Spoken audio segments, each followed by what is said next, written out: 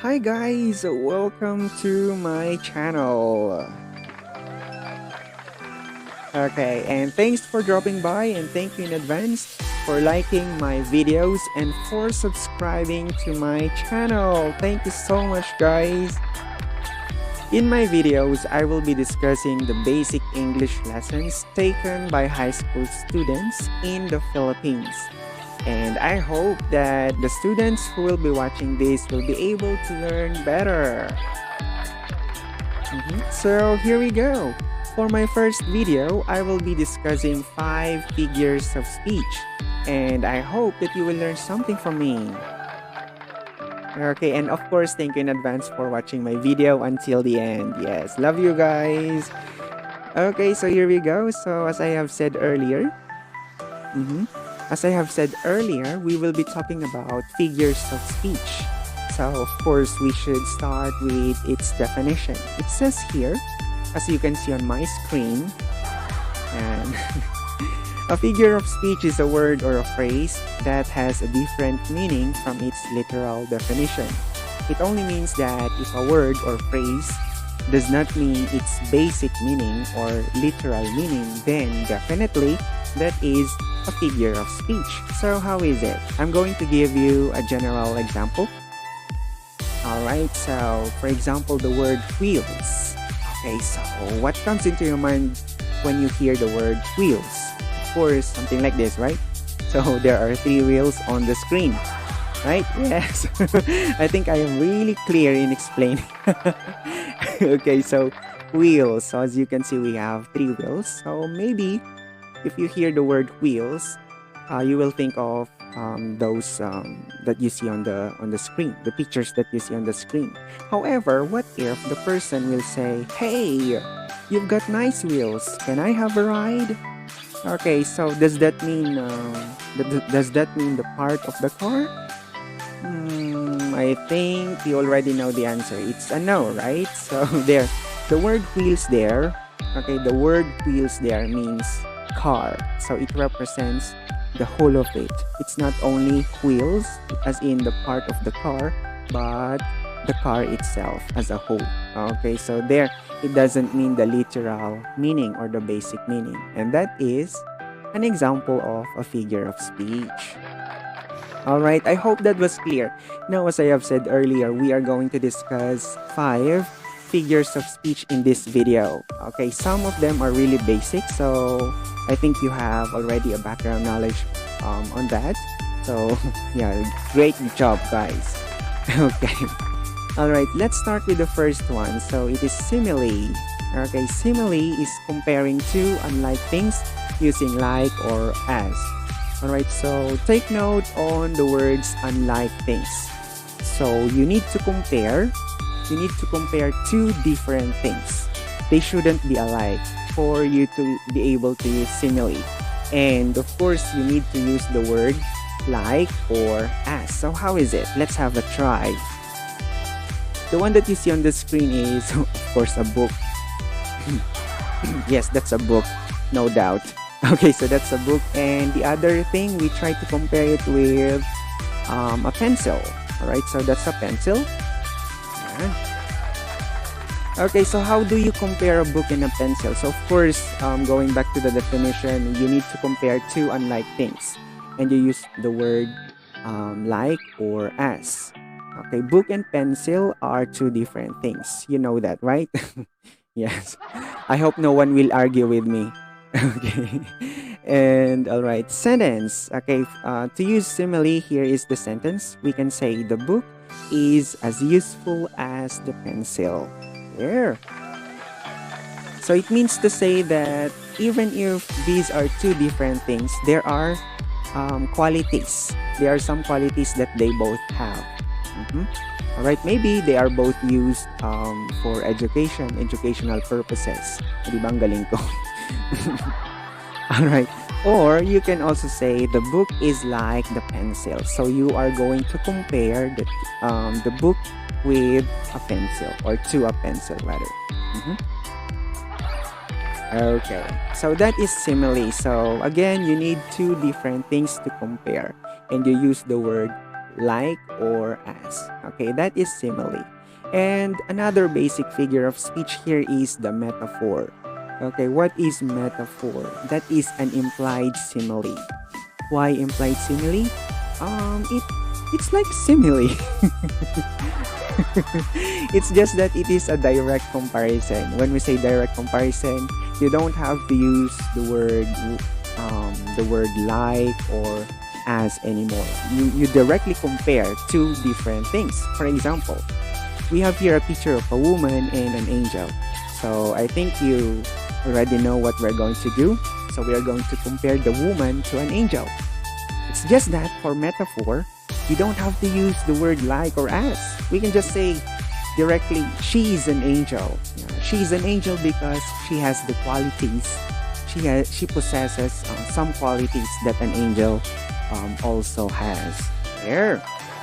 Okay, so again, metaphor is a direct comparison. You directly compare the woman to an angel without the use of like and as. Okay, so there you go. I hope you understand. Now let's go to the next one. Personification. It is also a basic figure of speech that we learn in school. So I hope you still remember what is personification. Okay, that is giving human qualities to non-human things. So wow, that's okay. So that is personification. You personify, right? So giving human qualities. Now, question is, what are the human qualities? Everything that humans do, actually, that people do, like dancing, talking, walking, breathing, driving, smiling, etc. Yeah, loving, something like that. And what are the non-human things? Example, we have trees, waves, tables, chairs, thunder, wind, etc. So how do we use personification? Alright, in a sentence. Okay, so like this. The trees dance as they embrace the approaching wind. Okay, in the example, we used the non-human thing, trees. Okay, and then we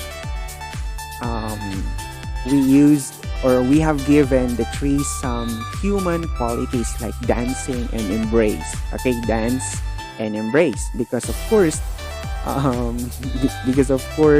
trees cannot literally dance and embrace, right?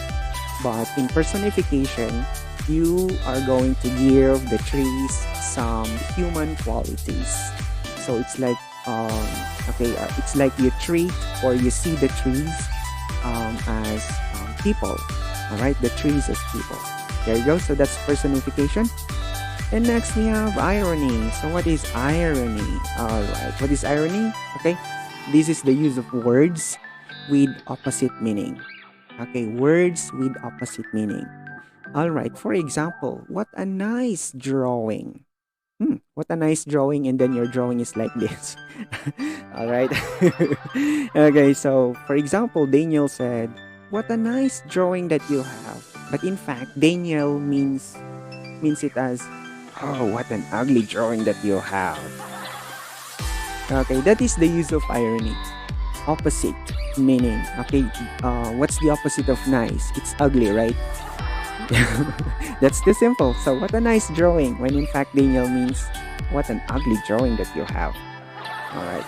And take note, the sentence here is an example of a verbal irony.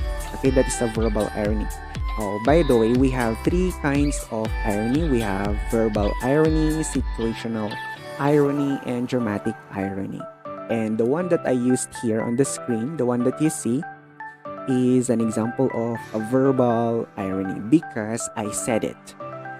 Oh, I mean, for example, Daniel said, what a nice drawing. So it was uttered. It was said. Okay, so that's verbal, through words that I uttered. Now, what are the other types of irony? Okay, just to be clear, alright? So these are the three types of irony. We have situational irony. It means, this is about situations or events that happened in our life. When the actual result is different from what's expected, that is situational irony. For example, 5 years ago, or 5 years, how do I say this? in 5 years, your goal is to become rich, right? Yeah, your goal is to become rich. And then, after 5 years, you became poor.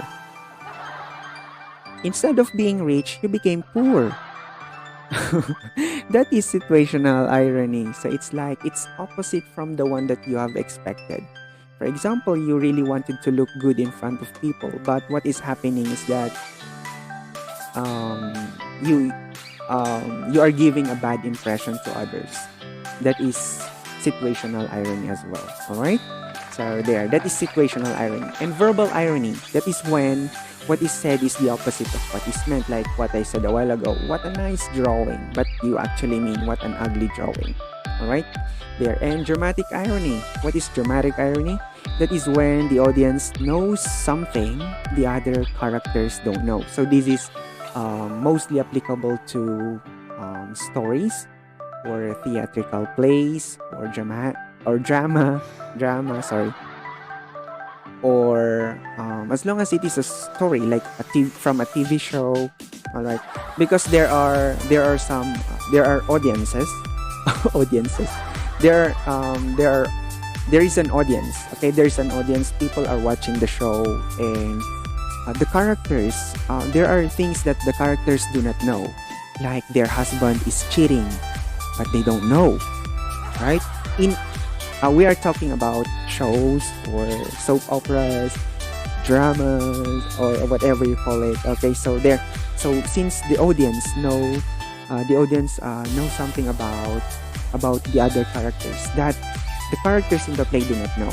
So character A, the wife, and then character B, the husband, and then the wife doesn't know that her husband is cheating on her, but the audience know. Okay. I hope I made sense. Yeah. That is dramatic irony. So again, dramatic irony is applicable to theatrical shows with storylines, of course. There are some stories and you are watching. People are watching, the audience. Okay. So next, we also have oxymoron. Okay, we also have oxymoron. All right, and these are two contradictory terms used together. All right, so how is it? For example, parting is such sweet sorrow from Romeo and Juliet. Contradictory terms, we have sweet sorrow. So as you can see, sweet and sorrow are two different words with different meanings. So sweet is something good. Okay, sorrow is something bad, but they were placed together to create an effect. So in the sentence, parting is such sweet sorrow. So it's like, what? Parting or leaving each other is such sweet sorrow. Why is that? How come it is something sweet but it's something sorrowful or something sad? Okay, so it creates an effect. That is an oxymoron. Two contradictory terms used together in one sentence. And usually they are placed side by side. Okay. And another sentence is this one from Charles Lamb. I like a smuggler. He is the only honest thief. Okay, so which words are contradictory? We have honest thief. Okay, so what? A smuggler? An honest thief? Yeah, maybe. He is also honest. At the same time, a thief. Okay, so it really creates an effect, right? That is the work of a figure of speech, ladies and gentlemen. Okay, and to be more specific, this is an example of oxymoron. So again, contradictory terms used together. Okay, used together. And next, paradox. These are also contradictory terms in the same sentence. Okay, war is peace, freedom is slavery, ignorance is strength. Okay, so there. It's almost similar to oxymoron. It's just that there are also two contradictory terms which are placed in one sentence or in a paragraph, in the same sentence or in the paragraph even. Okay, so for example, we have here three sentences. We have war is peace, freedom is slavery, ignorance is strength. So war and peace are two contradictory terms.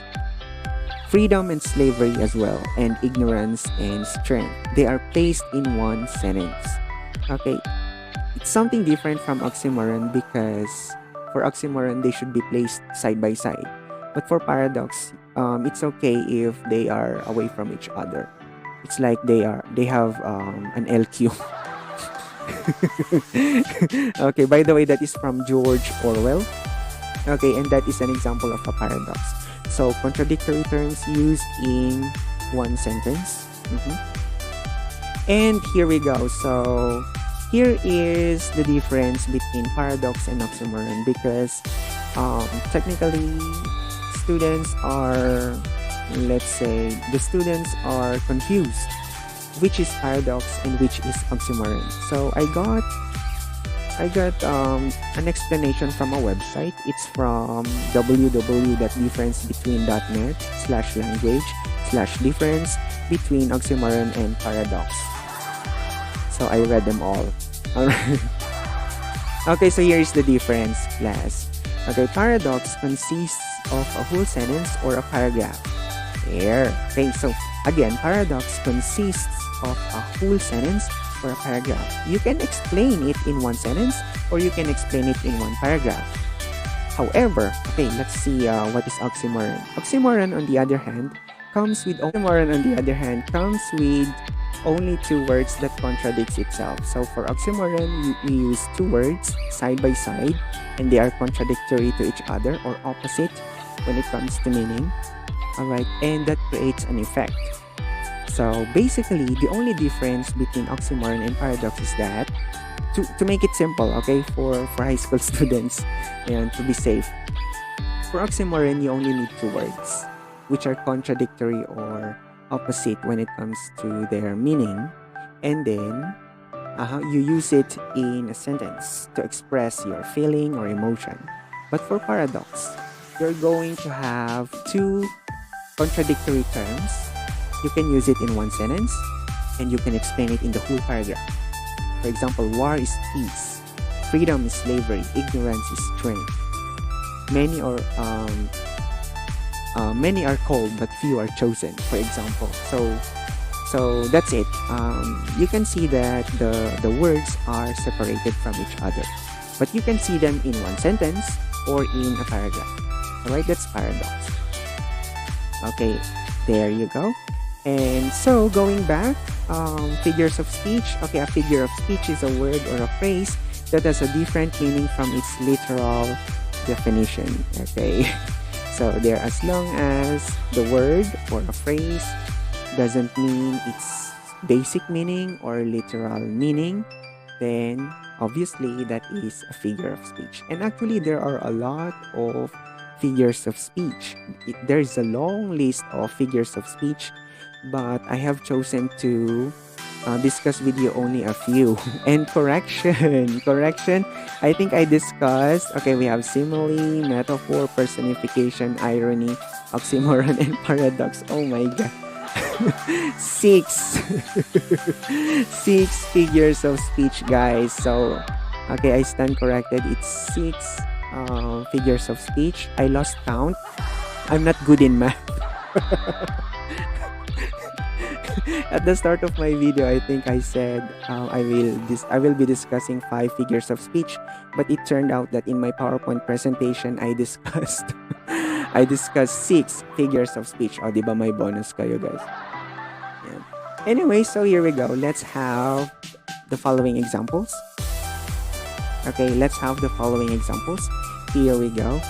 The righteous shall flourish like the palm tree. What is that? Okay, I'll give you time, and time's up. You can just pause the video, guys, before. Okay, so that you will be able to answer this well. But anyways, okay, thank you for answering. The explanation here is that it is a simile because we use the word like to compare the righteous and the palm tree. Alright, that is simile. And for this one, the camel is the sheep of the desert. What's that? That is an example of a metaphor. Why metaphor? Because it is a direct comparison between camel and the desert. And this one, she accepted it as the kind cruelty of the surgeon's knife. Okay, that is an example of oxymoron. Why? Because we have two contradictory terms, which are kind and cruelty. Okay, kind, something good, cruelty, something bad, put together, and it will create another meaning or an effect in a sentence. That is an oxymoron. And this one, many are called but few are chosen. So that is paradox. Okay, why paradox? Because there are two contradictory terms, many and few. Alright, but they are not put together side by side. Okay, so therefore that is a paradox. And the tree stands alone in the field. Okay, the tree stands alone in the field. That is an example of personification. Okay, that is personification. Why? Because we have given the tree some human qualities, which is to stand. Okay, to stand. And how about this? Life is a dream. Okay, life is a dream. That is a metaphor. Why? Because that is a direct comparison between life and dream. Alright, and this one, your soul is like a star and dwell apart. Okay, that is simile, because we use the word like to compare soul and star. Okay, so there you go. We are done. Okay, we are done discussing the 6 figures of speech. Okay, thank you so much. And okay guys, if you like this video, please hit the like button and subscribe to my channel for more videos. And see you next time. Okay, see you next time, guys.